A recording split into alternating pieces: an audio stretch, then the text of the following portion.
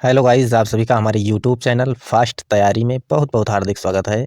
चलिए दोस्तों, इस वीडियो में हम बताने वाले हैं आपको तुक्का किन प्रश्नों में लगाना है।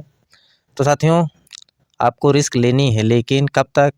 जब एग्ज़ाम में 1/4 या 1/3 माइनस मार्किंग हो। इससे अधिक अगर है तो आपको रिस्क नहीं लेनी है।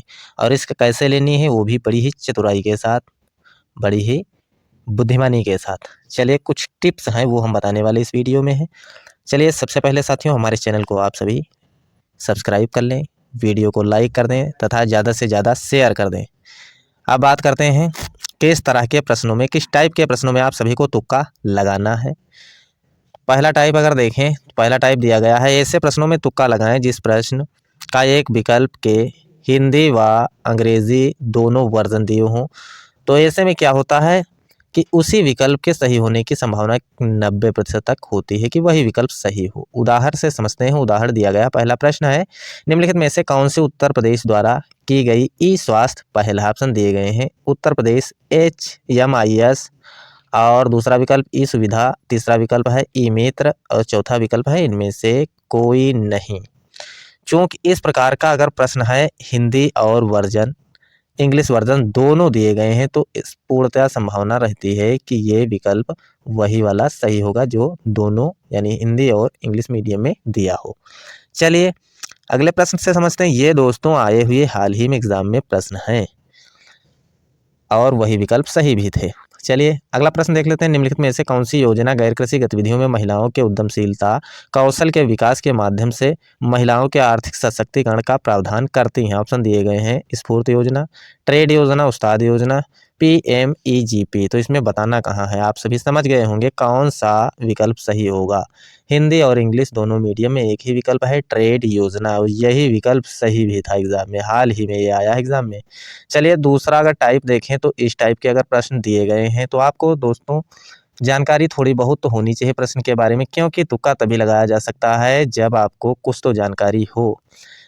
कई लोग बताते हैं कि तुक्का जो है, आपको बताते हैं कि जो मार्कशीट होती है उसमें 100 क्वेश्चन अगर आए तो 25-25 जो होते हैं विकल्प सभी सही होते हैं। A 25% सही होता है, B 25%, C 25%, D 25%। इसलिए उनका रेशियो आप सभी को तुक्का लगा के पूरा करना होता है। वो सब हम नहीं बताने वाले, हम बताने वाले हैं कि आपको ज्ञान भी थोड़ा बहुत हो तब आप तुक्का लगा सकते हैं। क्योंकि तुक्के से केवल बिना ज्ञान का तुक्का लगाएंगे तो केवल पास आपको परीक्षा 33% तो लाया जा सकता है, लेकिन कट ऑफ में कभी नहीं आओगे दोस्तों। अगर कट ऑफ में आने के लिए आप तुक्का लगाते हैं तो थोड़ा बहुत तुक्का वो भी नॉलेज के साथ लगाइए। चलिए दूसरा टाइप देख लेते हैं। तुक्का उन्हीं प्रश्नों में लगाओ जिसके कम से कम 2 विकल्प एलिमिनेट या बाहर कर सको, कम से कम 2 विकल्प। चलिए पहला प्रश्न उदाहरण से समझिए, भारत के प्रथम राष्ट्रपति थे। तो जवाहरलाल नेहरू आपको या हमको सभी को पता है कि ये पहले प्रधानमंत्री थे, तो ये गलत हो जाएगा। महात्मा गांधी, इन्होंने कोई पद धारण नहीं किया था, तो ये भी गलत हो जाएगा। वल्लभ भाई पटेल, तो आप सभी को पता है कि पहले वो प्रधानमंत्री थे। अगर नहीं भी पता है तो इन्हीं दोनों में से आपको चूज करना होता है। तो दोस्तों संभावना रहेगी कि आप डी विकल्प को ही चयन करेंगे। तो इस टाइप के प्रश्नों को आप इस तरीके से करेंगे दोस्तों। इस टाइप के प्रश्न बनाए जाते हैं एग्जामिनर के द्वारा, वो भी समझता है कि बच्चा किस तरह से सोचता है। चलिए अगला प्रश्न है, विश्व जल दिवस कब मनाया जाता है? तो हमें नहीं पता है, तो ये पता है कि ये मार्च के महीने में मनाया जाता है। तो पहला 22 अप्रैल, 22 मई, 22 मार्च, 22 फरवरी। तो दोस्तों देख लेते हैं, अगर ये पता है कि 22 अप्रैल और 22 मई को क्या मनाया जाता तो भी हो जाएगा। अगर ये पता है कि अप्रैल के महीने में मनाया जाता है तब भी ये हो जाएगा। तो इसलिए पहला तो हमको पता हो गया कि ये 22 अप्रैल पृथ्वी दिवस मनाया जाता है। दूसरा जैव विविधता दिवस मनाया जाता है 22 मई को, और 22 फरवरी को कुछ नहीं मनाया जाता है। इसलिए विकल्प आप कौन सा चूज कर लेंगे? सी वाला, 22 मार्च को ही जल दिवस मनाया जाता है। इस टाइप से तुक्का लगाएं। अगला तरीका है, अगले टाइप के प्रश्न दिए गए हैं, यदि प्रश्न में उपयुक्त सभी का विकल्प दिया हो, उपयुक्त सभी का या इनमें से कोई नहीं का विकल्प दिया हो, तो इन्हीं विकल्पों के 90% सही होने की संभावना रहती है। अगर इस टाइप के प्रश्न दिए हैं तो दोस्तों उपयुक्त सभी वाला विकल्प या इनमें से कोई नहीं वाला विकल्प 90% सही होगा।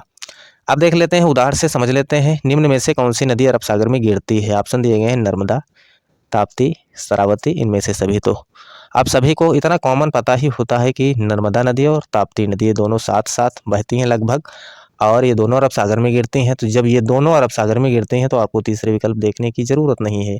तो आप समझ जाएंगे कि हाँ, ये तो इनमें से सभी ही सही होने वाला है और ये सही भी है। ये भी एग्ज़ाम में आया हुआ क्वेश्चन है। अगला प्रश्न देख लेते हैं। उदाहरण से समझते हैं भैया, निम्न में से कौन सा विषाणु से होने वाला रोग है। अब भैया इसको समझें आप सभी।